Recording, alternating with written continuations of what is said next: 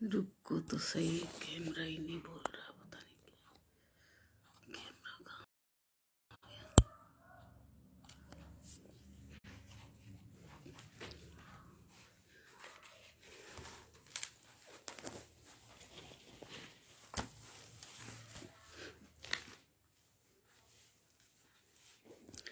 अनुकृति प्रकाशन के सभी सुनने वालों को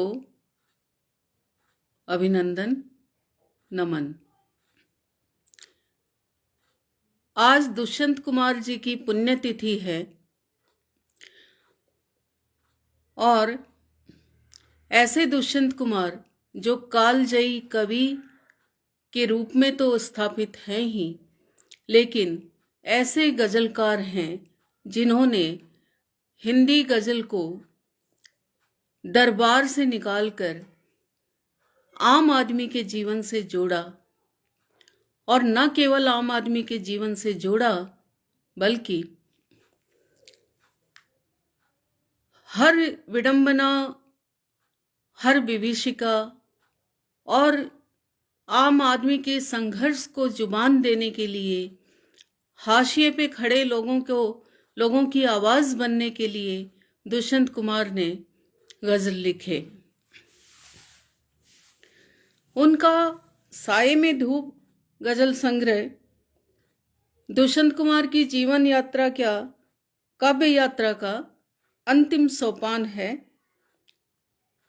और इसमें उनका जीवन दर्शन और उसका निष्कर्ष पूरी तरह से उभर के आया है। हिंदी के गजलकारों में दुष्यंत कुमार सबसे अलग हटके हैं, क्योंकि उन्होंने गजल के माध्यम से एक आंदोलन खड़ा किया है। जब उनकी गजलें ख्यातनाम पत्रिकाओं में छपने लगी तो समकालीन कवि हैरत में पड़ गए, एक दूसरे से पूछने लगे, आखिर ये दुष्यंत कुमार कैसे बन गया गजलकार? ये तो कवि है ना? क्योंकि उनके प्रकाशित तीनों कविता संग्रहों में कुछ गीत जरूर हैं, लेकिन गजल एक भी नहीं। स्थिति को स्पष्ट करते हुए स्वयं दुष्यंत कुमार ने लिखा है, यहां मैं साफ कर दूं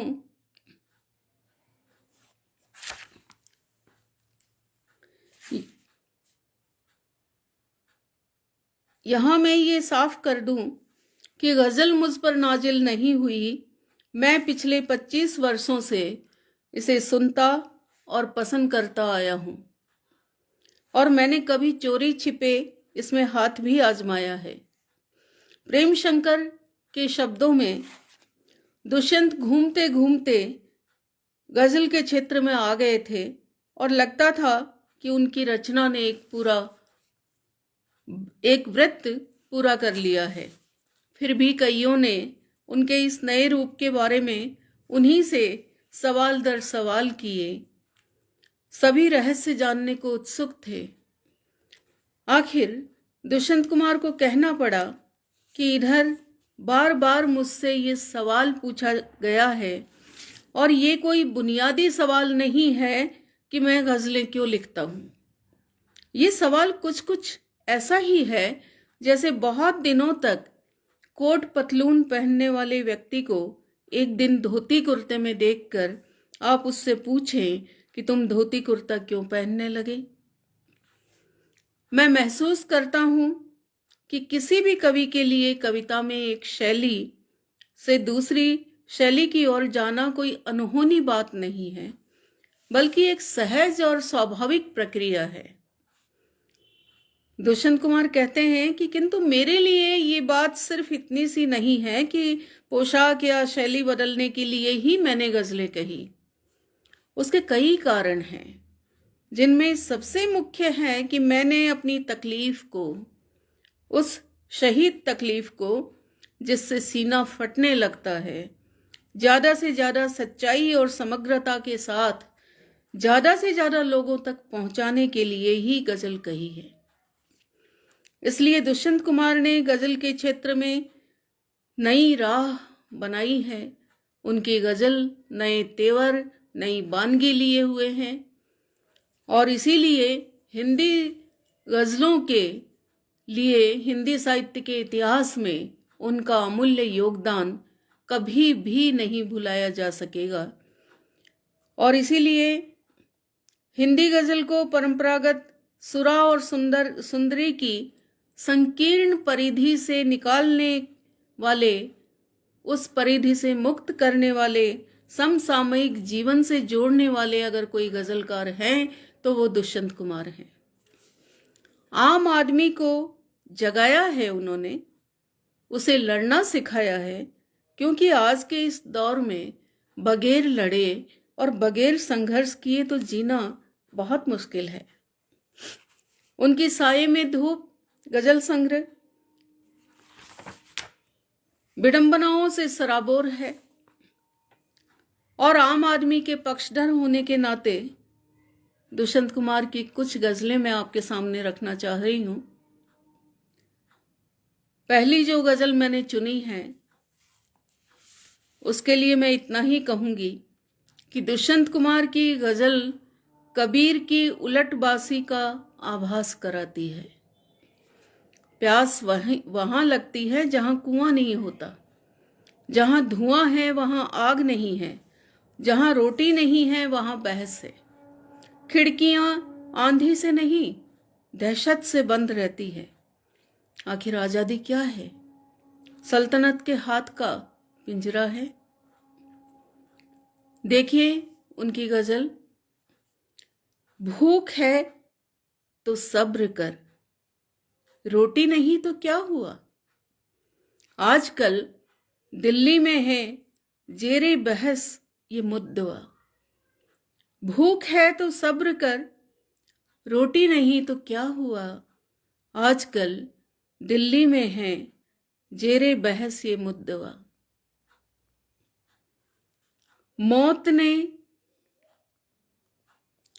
मौत ने धर दबोचा एक चीते की तरह।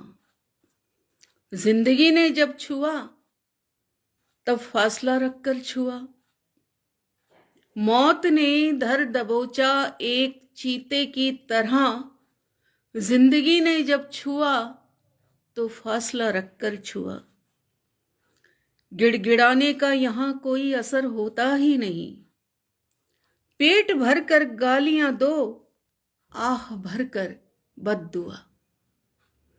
गिड़गिड़ाने का यहां कोई असर होता ही नहीं।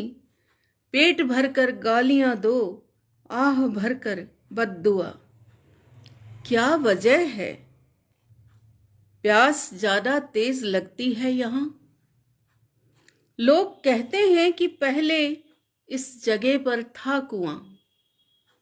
क्या वजह है प्यास ज्यादा तेज लगती है यहां? लोग कहते हैं पहले इस जगह पर था कुआं। आप दस्ताने पहनकर छू रहे हैं आग को। आप दस्ताने पहनकर छू रहे हैं आग को।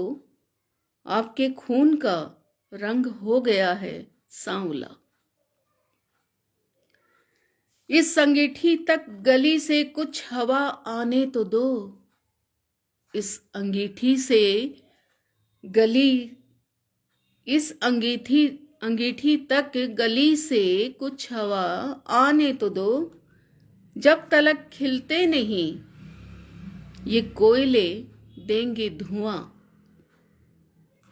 दोस्त, अपने मुल्क की किस्मत पे रंजीदा ना हो। दोस्त, अपने मुल्क की किस्मत पे रंजीदा ना हो। उनके हाथों में है पिंजरा और उनके पिंजरे में सुआ।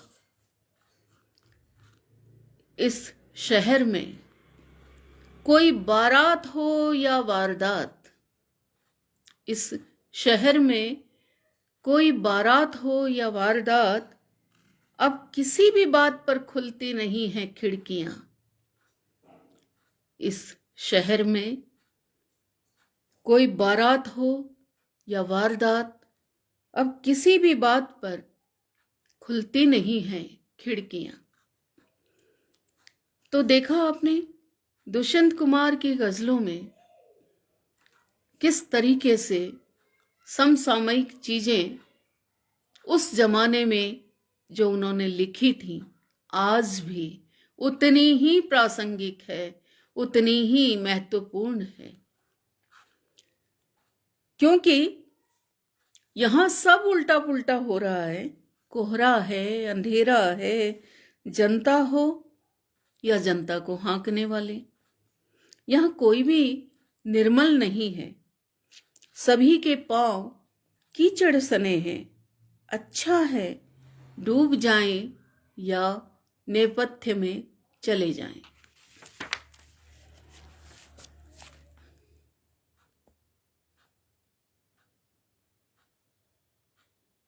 देखिएगा,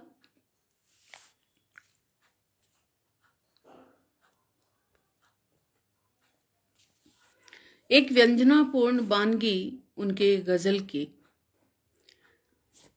जिसमें वो कहते हैं, आजकल तो मैं माफी चाहूंगी कहने के लिए, लेकिन कहना भी जरूरी है। आजकल जुबान हर किसी की फिसलती ही जाती है, चाहे वो कितने ही बड़े पद पे क्यों ना हो। जुबान पर नियंत्रण नहीं है, और जिस व्यक्ति का वाणी पे नियंत्रण नहीं है तो फिर क्या कहा जाए। दुष्यंत कुमार कहते हैं, मत कहो आकाश में कोहरा घना है, मत कहो आकाश में कोहरा घना है, ये किसी की व्यक्तिगत आलोचना है। ये किसी की व्यक्तिगत आलोचना है। सूर्य हमने भी नहीं देखा सुबह से, सूर्य हमने भी नहीं देखा सुबह से, क्या करोगे देखकर, सूरज का क्या देखना है।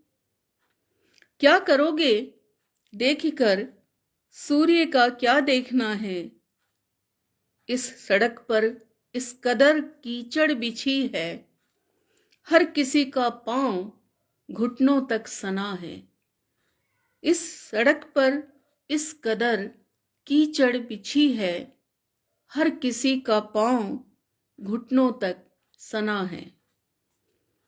पक्ष ओ प्रतिपक्ष संसद में मुखर हैं, पक्ष ओ प्रतिपक्ष संसद में मुखर हैं।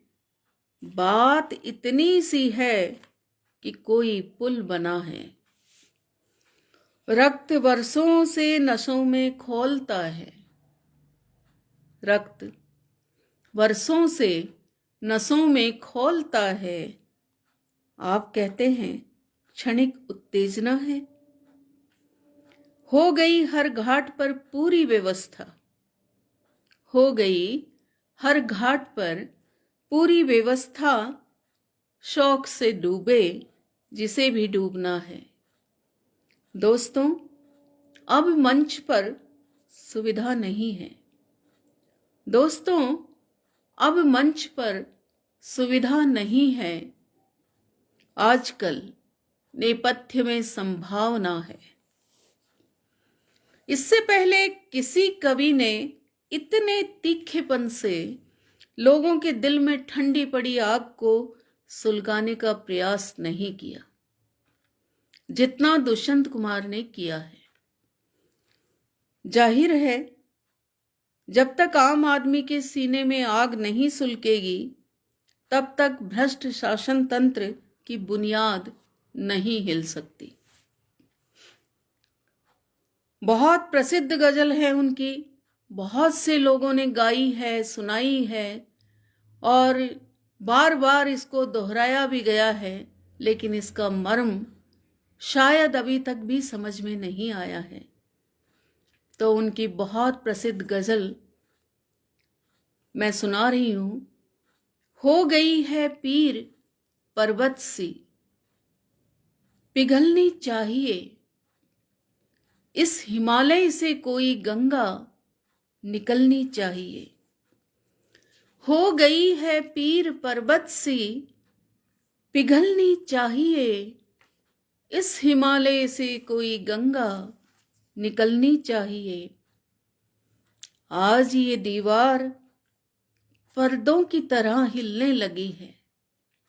आज ये दीवार पर्दों की तरह हिलने लगी है। शर्त लेकिन थी कि ये बुनियाद हिलनी चाहिए।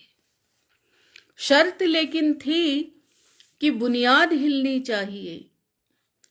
हर सड़क पर, हर गली में, हर नगर, हर गांव में हाथ लहराते हुए हर लाश चलनी चाहिए। हर सड़क पर, हर गली में, हर नगर, हर गांव में हाथ लहराते हुए हर लाश चलनी चाहिए। लाश ही तो हो जाते हैं जो आवाज नहीं उठाते, जो हरकत नहीं करते, चुपचाप सहते जाते हैं, सहते जाते हैं।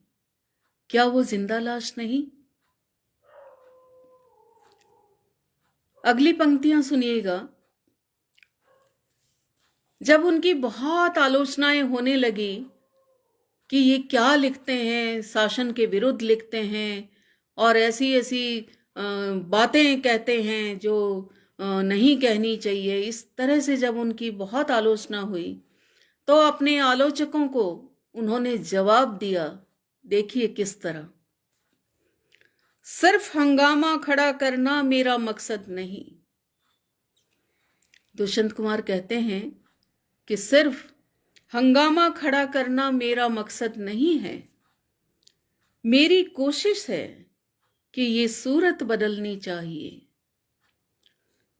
मेरे सीने में ना सही तो तेरे सीने में सही, मेरे सीने में नहीं तो तेरे सीने में सही। हो कहीं भी आग, हो कहीं भी आग, लेकिन आग जलनी चाहिए। एक शिक्षक की तरह, एक मॉन्टर की तरह, मेंटोर की तरह, एक मोटिवेशनल स्पीकर की तरह दुष्यंत कुमार जिंदगी का पाठ पढ़ाते हैं। सोई हुई जनता को जगाने का कार्य करते हैं। जनमानस को झंझोड़ के उठाना चाहते हैं और कहते हैं कि तुम लड़ो। जब तक तुम लड़ोगे नहीं तब तक तुम्हें तुम्हारा हक नहीं मिलेगा। कितना बड़ा संदेश उस कालजयी कवि के शब्दों में है। अगली गजल प्रस्तुत करती हूं। आज सड़कों पर लिखे हैं सैकड़ों नारे ना देख। आज सड़कों पर लिखे हैं सैकड़ों नारे ना देख। घर अंधेरा देख तू, आकाश के तारे ना देख। एक दरिया है यहां पर दूर तक फैला हुआ। आज अपने बाजुओं को देख, पतवारें ना देख। एक दरिया है दूर तक फैला हुआ। आज अपने बाजुओं को देख, पतवारें ना देख। अब यकीनन ठोस है धरती हकीकत की तरह। अब यकीनन ठोस है धरती हकीकत की तरह। ये हकीकत देख, लेकिन खौफ के मारे ना देख। वे सहारे भी नहीं, अब जंग लड़नी है तुझे। वे सहारे भी नहीं हैं, अब जंग लड़नी है तुझे। कट चुके जो हाथ, उन हाथों में तलवारें ना देख। कट चुके जो हाथ, उन हाथों में तलवारें ना देख। दिल को बहला ले, इजाजत है, मगर इतना ना उड़। दिल को बहला ले, इजाजत है, मगर इतना ना उड़। रोज सपने देख, लेकिन इस कदर प्यारे ना देख। ये धुंधलका है नजर का, तू महज मायूस है। ये धुंधलका है नजर का, तू महज मायूस है। रोजनों को देख, दीवारों में दीवारें ना देख। राख कितनी राख है चारों तरफ बिखरी हुई। राख, कितनी राख है चारों तरफ बिखरी हुई। राख में चिंगारियां ही देख, अंगारे ना देख। राख में चिंगारियां ही देख, अंगारे ना देख। अगली गजल देखिएगा। हम लोग कोरोना से पहले भी दहशत में जी रहे थे और कोरोना के बाद तो पिछले 2 सालों से दहशत हावी है, तनाव हावी है और कोई रास्ता नजर नहीं आता। इंसान अपने आप को ऐसे वीराने में पाता है जहां उसका दम घुटता है, लेकिन उसे कोई ऐसा सहारा नहीं दिखता। और इसी डर से निकलने के लिए देखिए दुष्यंत जी ने उस समय मंत्र फूंका था। पंक्तियां देखिएगा। पुराने पड़ गए डर, फेंक दो तुम भी। ये कचरा आज बाहर फेंक दो तुम भी। पुराने पड़ गए हैं डर, फेंक दो तुम भी। ये कचरा आज बाहर फेंक दो तुम भी। लपट आने लगी है अब हवाओं में, ओसारे और छप्पर फेंक दो तुम भी। यहां मासूम सपने जी नहीं पाते, इन्हें कुमकुम लगाकर फेंक दो तुम भी। तुम्हें भी इस बहाने याद कर लेंगे, तुम्हें भी इस बहाने याद कर लेंगे। इधर 2-4 पत्थर फेंक दो तुम भी। देखिएगा, ये मूरत बोल सकती है अगर चाहो। ये मूरत बोल सकती है अगर चाहो। अगर कुछ शब्द, कुछ स्वर फेंक दो तुम भी। किसी संवेदना के काम आएंगे, किसी संवेदना के काम आएंगे। यहां टूटे हुए पर फेंक दो तुम भी। दुष्यंत कुमार का कहना है कि पीड़ाओं की, यातनाओं की और यातनाओं की पीड़ा कोई एक जगह नहीं है। जब व्यक्ति पीड़ित होता है, परेशान होता है, वो कहते हैं ना कि विपत्ति जब आती है चारों तरफ से आती है। वो चाहे इंसान की पैदा की हुई विपत्ति हो, चाहे महामारी हो, चाहे कोई आपदा हो, चाहे प्राकृतिक कोई आपदा हो। ऐसी स्थितियों में व्यक्ति किस तरह से अपने दर्द से, अपनी पीड़ा से दो चार होता है, देखिएगा दुष्यंत के शब्दों में। रोज जब रात को 12 का गजर होता है, यातनाओं के अंधेरे में सफर होता है। रोज जब रात को 12 का गजर होता है, यातनाओं के अंधेरे में सफर होता है। कोई रहने की वजह है मेरे सपनों के लिए, कोई रहने की वजह है मेरे सपनों के लिए। वो घरौंदा ही सही, मिट्टी का भी घर होता है। सीने से सीने में कभी, पेट से पांव में कभी, एक जगह हो तो कहें दर्द इधर होता है। सिर से सीने में कभी, पेट से पांव में कभी, एक जगह हो तो कहें दर्द इधर होता है। ऐसा लगता है कि उड़कर भी कहाँ पहुंचेंगे, ऐसा लगता है कि उड़कर भी कहाँ पहुंचेंगे। हाथ में जब कोई टूटा हुआ पर होता है।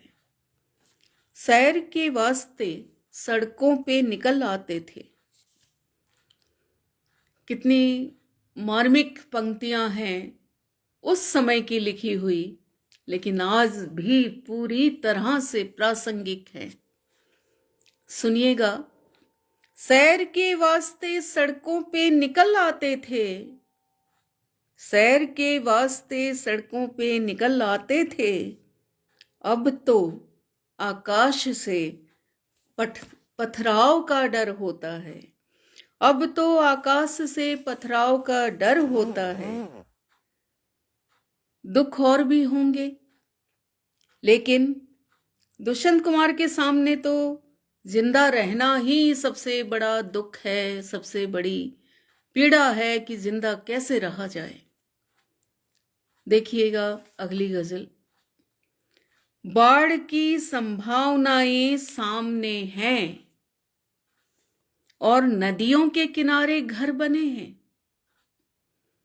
बाढ़ की संभावनाएं सामने हैं और नदियों के किनारे घर बने हैं।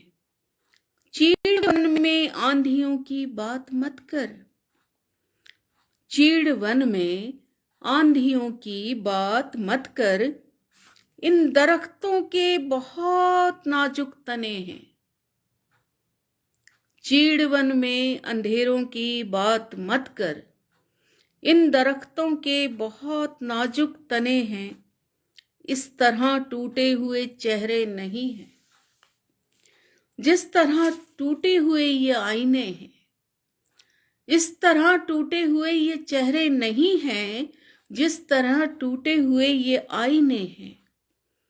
आपके कालीन देखेंगे किसी दिन, आपके कालीन देखेंगे किसी दिन, इस समय तो पांव कीचड़ में सने हैं। आपके कालीन देखेंगे किसी दिन, इस समय तो पांव कीचड़ में सने हैं। जिस तरह चाहो बजाओ इस सभा में। देखिए, जो मूक जनता रहती है, जो विरोध सहती है मगर कुछ नहीं कहती है, उनके लिए उस जमाने में दुष्यंत ने लिखा था, जिस तरह चाहो बजाओ इस सभा में, हम नहीं हैं आदमी, हम झुंझुने हैं। हम नहीं हैं आदमी, हम झुंझुने हैं। अब तड़फती सी गजल कोई सुनाए, अब तड़फती सी गजल कोई सुनाए, हम सफर ऊंघे हुए हैं, अनमने हैं।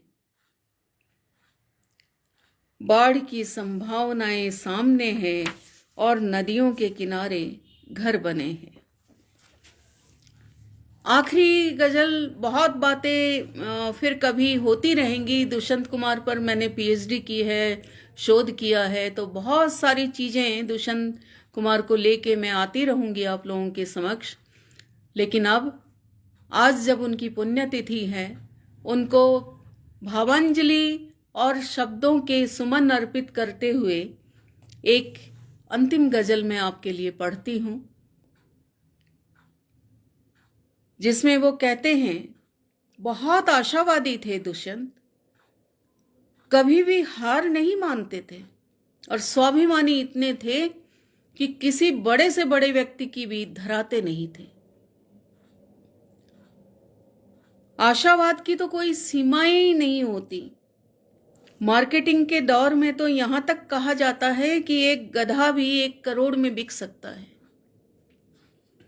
भैंसा भी दूध दे सकता है, नेता लोग भी सच बोल सकते हैं और गुंडे भी गांधीगिरी कर सकते हैं। लेकिन दुष्यंत कुमार का आशावाद ऐसा छद्म आशावाद नहीं है। उन्हें आशा है कि अंधेरा छटेगा, सुबह जरूर होगी, संवेदनशील इंसानों की तादाद बढ़ेगी, तभी हम अपने अपने दीपक जला पाएंगे। देखिएगा उनकी पंक्तियां, मेरे गीत तुम्हारे पास सहारा पाने आएंगे, मेरे गीत तुम्हारे पास सहारा पाने आएंगे, मेरे बाद तुम्हें ये मेरी याद दिलाने आएंगे। मेरे गीत तुम्हारे पास सहारा पाने आएंगे, मेरे बाद तुम्हें ये मेरी याद दिलाने आएंगे। होले होले पांव हिलाओ, जल सोया है छेड़ो मत। होले होले पांव हिलाओ, जल सोया है छेड़ो मत। हम सब अपने अपने दीपक यहीं सिराने आएंगे। थोड़ी आंच बची रहने दो, थोड़ा धुआं निकलने दो। थोड़ी आंच बची रहने दो, थोड़ा धुआं निकलने दो। कल देखोगे कि कई मुसाफिर इसी बहाने आएंगे। थोड़ी आंच बची रहने दो, थोड़ा धुआं निकलने दो। कल देखोगे कि कई मुसाफिर इसी बहाने आएंगे। उनको क्या मालूम विरूपित इस सिकता पर क्या बीती। वे आए तो यहाँ शंख सीपियां उठाने आएंगे। उनको क्या मालूम विरूपित इस सिकता पर क्या बीती। वे आए तो यहाँ शंख सीपियां उठाने आएंगे। रह रह कर आंखों में चुभती है पथ की निर्जन दोपहरी। रह रह कर आंखों में चुभती है पथ की निर्जन दोपहरी। आगे और बढ़ें तो शायद दृश्य सुहाने आएंगे। मेले में भटके होते तो कोई घर पहुंचा जाता। देखिएगा, मेले में भटके होते तो कोई घर पहुंचा जाता। हम घर में भटके हैं, कैसे ठौर ठिकाने आएंगे। लॉकडाउन की पीड़ा तो सबने भुगती है, कहने की आवश्यकता ही नहीं है।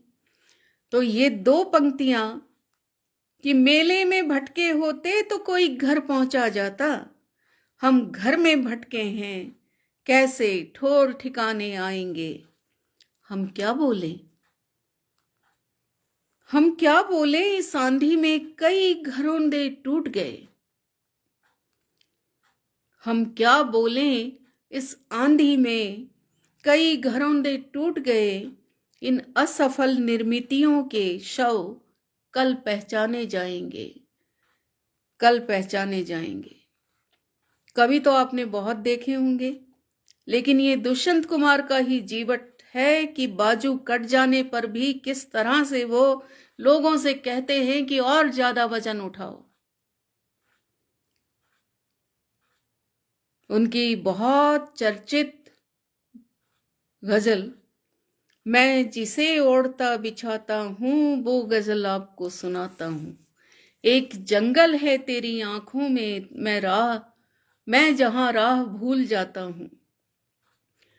तू किसी रेल से गुजरती है, मैं किसी पुल सा थरथराता हूँ। हर तरफ ऐतराज होता है, मैं अगर रोशनी में आता हूँ। एक बाजू उखड़ गया जब से और ज्यादा वजन उठाता हूँ। मैं तुझे भूलने की कोशिश में आज कितने करीब पाता हूँ। कौन ये फासला निभाएगा, कौन ये फासला निभाएगा।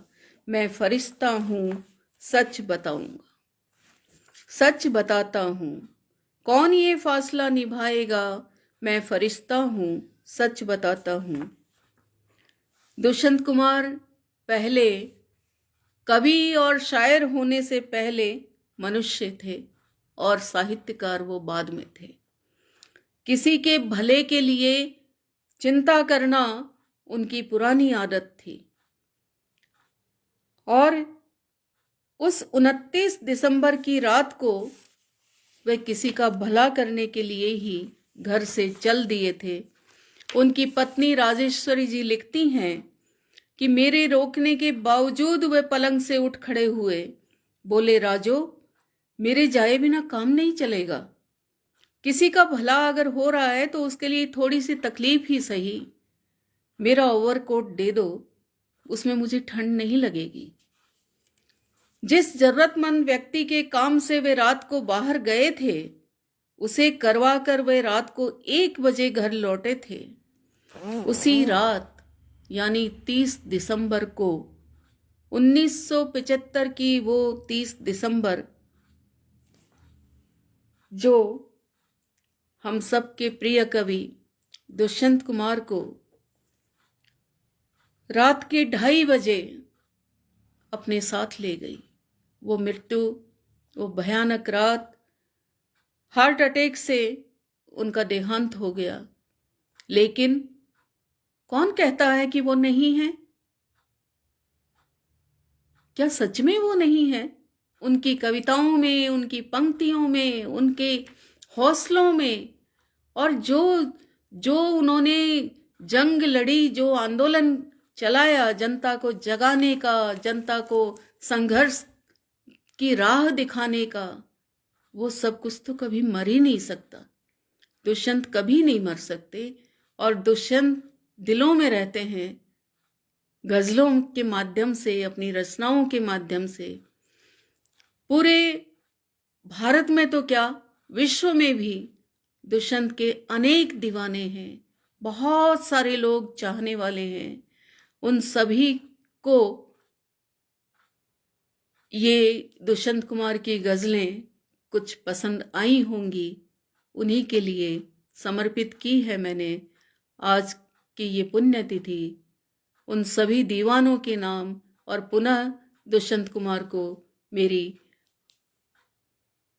भावांजलि, श्रद्धांजलि, और आप सभी को नमस्कार, बहुत बहुत साधुवाद।